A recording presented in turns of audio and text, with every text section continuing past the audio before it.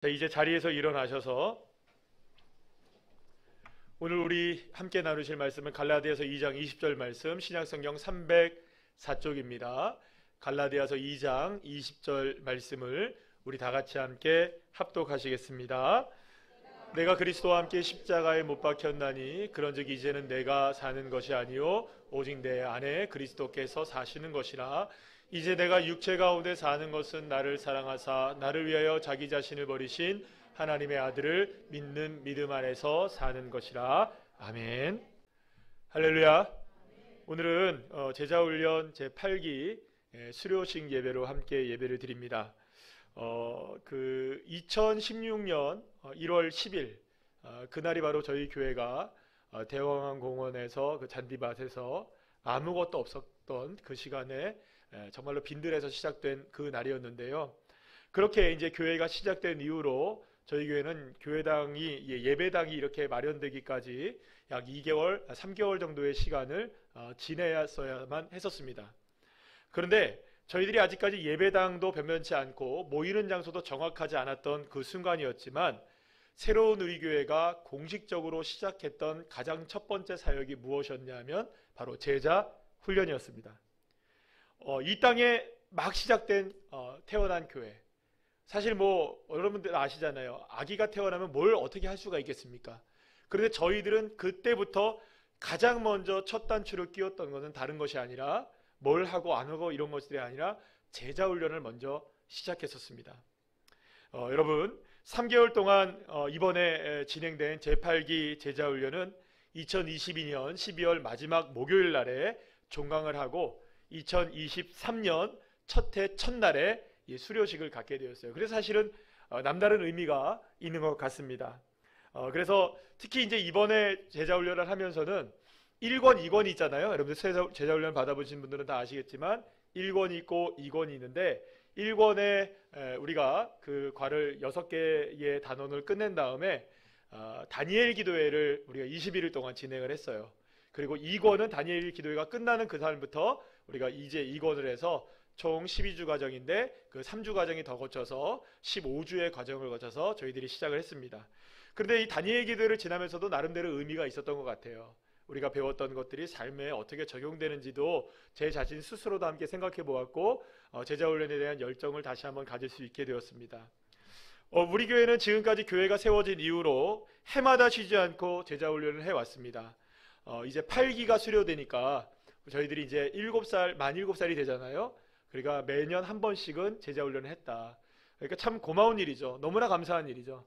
저희 교회가 막 큰 교회여서 막 사람들이 많아서 아직까지도 안 하신 분들이 많은 것도 아닌데 그래도 아직도 안 하신 분들이 계시고 또 해야 될 분들이 계시고 그래서 계속해서 제자훈련을 쉬지 않고 했다는 것은 전적으로 하나님의 은혜인 줄로 믿습니다. 무엇보다 제가 이제 1기부터 8기까지 제가 다 진행을 했잖아요. 그래서 클래스를 보게 되면 제가 보게 되면 10개의 반을 이상을 제가 운영을 해본 것 같은데 보면은 각 반마다 그리고 또 각 기수마다 다 특색들이 있어요. 마지막에 이제 우리가 8기 끝내면서도 그런 얘기를 했어요. 아주 우리에게 삶 속에 버라이어티와 같은 변화가 그렇게 일어나지 않아요. 극적인 변화가 막 일어나진 않았어요. 그런데 올해는 이번에 8기 때에는 잔잔하지만 우리의 삶을 명확하게 새롭게 규정 지어지는 그러니까 뭔가 이렇게 저희들이 지금까지 알고 있었던 것과는 또 다른 차원의 하나님을 만나게 되고 그랬구나 이런 것이었구나 이런 것이 있었구나 이것이 정말 중요했는데 왜 내가 이걸 몰랐을까 정말 이런 것들을 잔잔하게 깊이 있게 깨닫는 그런 시간이 되었던 것을 보게 됩니다. 자, 이제 제자훈련을 마치고 정말로 작은 예수로서의 삶을 새롭게 출발하는 제자훈련생들 삶 가운데 제가 말씀드린 것처럼 이제부터가 진짜입니다. 정말 이제부터가 제자로서의 삶이 시작된다는 사실을 다시 한번 강조해 드리고 싶습니다. 사실 이 제자훈련의 과정은 너무나 어렵습니다. 3개월 동안 매 주마다 한 번씩 그것도 약 1시간 반에서 2시간 정도의 사이 동안의 그 시간을 오롯이 말씀에 집중을 해야 되고 또 그 1시간을 위해서 한 주 동안을 살아야 되는 그래서 사실 3개월 동안이라는 시간을 오롯이 제자훈련에 이렇게 올인한다는 것은 직장 생활을 하고 나름대로 학교 생활을 하고 나름대로의 인생을 살아가는 삶 속에서는 매우 쉽지 않은 그런 상황입니다.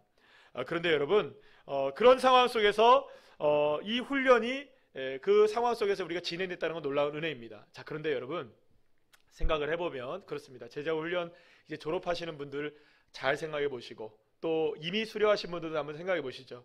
훈련이 어렵나요? 실전이 어렵나요? 실전이 항상 어렵습니다.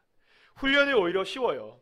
제자로서 살아가는 삶이 훨씬 어렵지, 이제부터는 정말 어려운 삶이 펼쳐지는 것이지, 훈련은 나름대로 교정할 수 있고 바꿀 수 있고 새롭게 알아들을 수 있는 시간이기 때문에 오히려 훈련 시간은 3개월 시간은 쉬운 시간이라고 볼 수가 있는 것입니다. 그래서 여러분, 훈련은 짧고 이제 실전은 이제부터 시작되는 거예요. 그래서 여러분들에게 놀라운 하나님의 은혜가 이제부터 더 풍성하게 임하시기를 간절히 축복합니다. 예수님은 제자들을 세상에 보내시면서 이렇게 말씀하시는데요. 마가복음 6장 8절 9절 말씀에서 이렇게 말씀하십니다. 다 같이 읽어볼까요? 시작. 명하시되 여행을 위하여 지팡이 외에는 양식이나 배낭이나 전대의 돈이나 아무것도 가지지 말며 신만 신고 두 벌 옷도 입지 말라 하시고. 자, 이 말씀을 읽어보면 사실은 이 말씀이 어떤 의미를 갖고 있는 말씀이냐 하면, 출애굽을 앞둔 이스라엘 백성들이 이제 그 백성들에게 하나님께서 하신 말씀이라는 걸 우리가 알게 됩니다.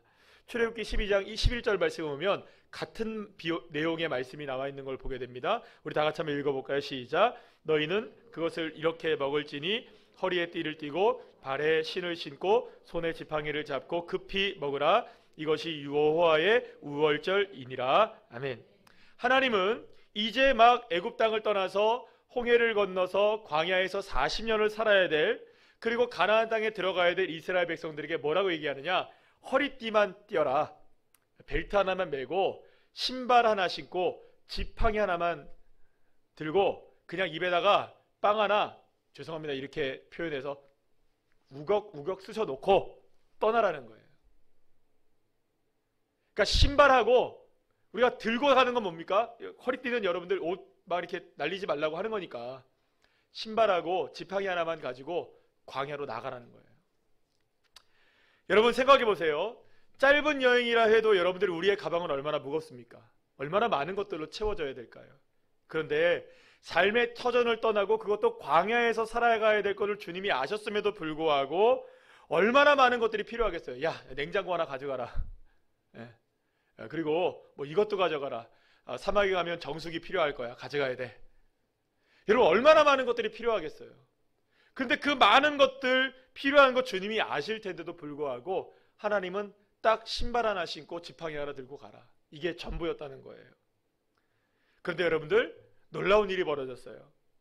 이스라엘 백성들이 광야에서 40년 동안을 지내면서 하나님이 어떻게 역사하시느냐? 신명기 8장 2절에 4절 말씀 우리 다 같이 한번 읽어볼까요? 시작. 내 하나님 여호와께서 이 40년 동안에 내게 광야 길을 걷게 하신 것을 기억하라. 만나를 내게 먹이신 것은 사람이 떡으로만 사는 것이 아니요 하나님의 입에서 나오는 모든 말씀으로 사는 줄을 내가 알게 하려 하심이라.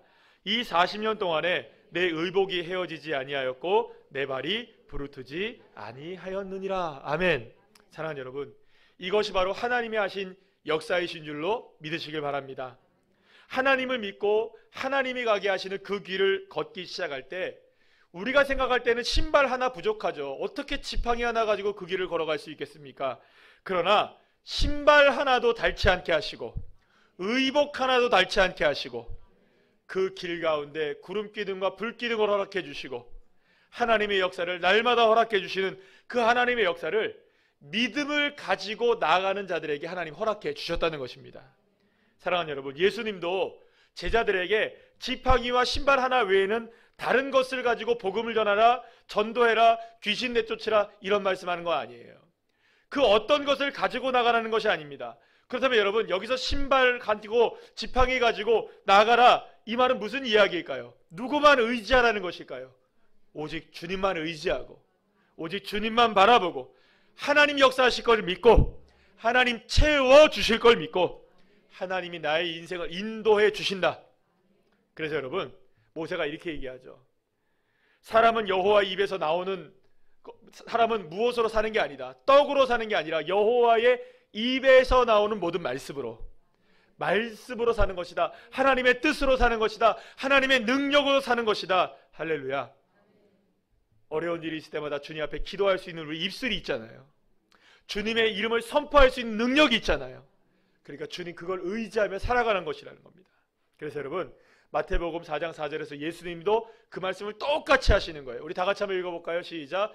예수께서 대답하여 이르시되 기록되었으되 사람이 떡으로만 살 것이 아니요 하나님의 입으로부터 나오는 모든 말씀으로 살 것이라 하셨느니라. 아멘. 사랑하는 여러분, 주님이 인도하시고 주님이 책임지시고 주님이 채우시고 주님이 역사하십니다. 그리고 그 믿음이 저와 여러분의 믿음이 된다면 과감하게 우리는 모험을 떠날 수가 있는 것이죠. 이것이 바로 어쩌면 제자의 삶인지 모르겠습니다. 그렇기 때문에 제자의 삶을 살아간다는 것은 작은 예수가 된다는 것을 의미한다는 거예요. 작은 예수란 결국 예수님을 따라 살아가는, 예수님처럼 살아가는 삶이 바로 작은 예수의 삶이기 때문입니다. 그렇다면 여러분, 예수님 무엇으로 사셨습니까? 하나님의 말씀으로 사셨습니다. 하나님의 뜻으로 사셨습니다. 그래서 예수님은 이렇게 말씀하십니다. 요한복음 8장 31절 32절 말씀 우리 다 같이 읽어볼까요? 시작. 그러므로 예수께서 자기를 믿는 유대인들에게 이르시되 너희가 내 말에 거하면 참으로 내 제자가 되고 진리를 알지니 진리가 너희를 자유하게 하리라. 아멘. 사랑하는 여러분, 예수님의 제자가 되는 삶, 작은 예수로 살아가는 삶은 주님의 말씀이 내 안에 거하는 삶, 그래서 하나님의 말씀이 내 삶의 진리가 되어지고 결론이 되어지는, 그러니까 주님의 말씀이면 끝나는 거예요. 이론의 여지가 없는 거예요. 내가 어떤 생각이 들든 어떤 방식이 옳다고 생각하든 주님 말씀이 우리에게 제시될 때 우리는 무조건 순종하는 겁니다. 다른 방법이 없는 거예요. 제자란 바로 그런 인생을 살아가는 삶을 이야기하는 것이죠. 그리고 바로 그렇게 주님 말씀이 진리가 되고 결론이 될 때 모든 상황을 뛰어넘는 자유함을 누리게 되는 은혜가 비로소 저와 여러분에게 임하게 되는 줄로 믿으시길 바랍니다. 그래서 여러분, 오늘 본문 말씀 갈라디아서 2장 20절 우리 다 외워야 되죠? 외우십니까? 네. 띄워주지 마세요. 보세요. 띄워드릴까요? 예. 외우셨죠? 그래서 이제 외운 거를 내가 믿고 우리 다 같이 한번 띄워주세요. 그래도 엔진하면 안 되니까 다 같이 한번 갈라디아 2장 20절 말씀 함께 읽어보겠습니다. 시작. 내가 그리스도와 함께 십자가에 못 박혀나니 그러즉 이제는 내가 사는 것이 아니요 오직 내 안에 그리스도께서 사시는 것이라. 이제 내가 육체 가운데 사는 것은 나를 사랑하사 나를 위하여 자기 자신을 버리신 하나님의 아들을 믿는 믿음 안에서 사는 것이라. 아멘. 사랑하는 여러분, 우리 이거 꼭 외워야 됩니다. 다른 거는 잊어버리면 안 되지만 갈라디아서 2장 20절 말씀은 우리 교회 성도들이라면 누구나 다 암송하셔야 될 구절입니다. 왜냐하면 이 안에 작은 예수가 뭔지, 나는 죽고 예수로 사는 인생이 어떤 것인지의 핵심적인 내용이 여기에 그대로 다 드러나 있기 때문인 것이죠. 그래서 여러분, 여기서 나는 죽고 예수로 사는 삶이라는 걸 한번 생각해 보시죠. 나는 죽고, 그럼 내가 죽으면 내가 없어지잖아요. 그럼 누가 그 안에 사신다는 겁니까? 예수님이 사는 거죠. 그러니까 나는 죽었다는 말에 주님이 들어가게 되는 거예요. 그러니까 결국에는 이 말씀을 통해서 우리가 알게 되는 진리는 뭐냐면 내가 사는 것은 내가 사는 것이 아니라 주님이 사시는 것이다. 그러면 결국 우리의 인생은 작은 예수가 되는 것이죠. 그리고 제자의 삶이 그렇게 사라지게 되는 것입니다. 사랑하는 여러분, 새해 첫날 제자 훈련에 수료식을 하고 작은 예수로서 삶을 새롭게 하시는 우리 제자 훈련생 한 분 한 분들이 모두가 주님이 주인 되시는 삶, 나는 죽고 예수님이 사는 삶. 그러면 여러분, 모든 것이 다 편한 거예요. 내가 죽었는데 내 승질이 어디 있습니까? 주님 성격만 드러나시기를, 주님의 인격만 드러나시기를. 그래서 우리 찬양 가운데 있잖아요. 원하고 바라고 기도합니다. 누구의 인격을 닮아가는 거예요? 주님의, 예수님의 성품을 닮아가는.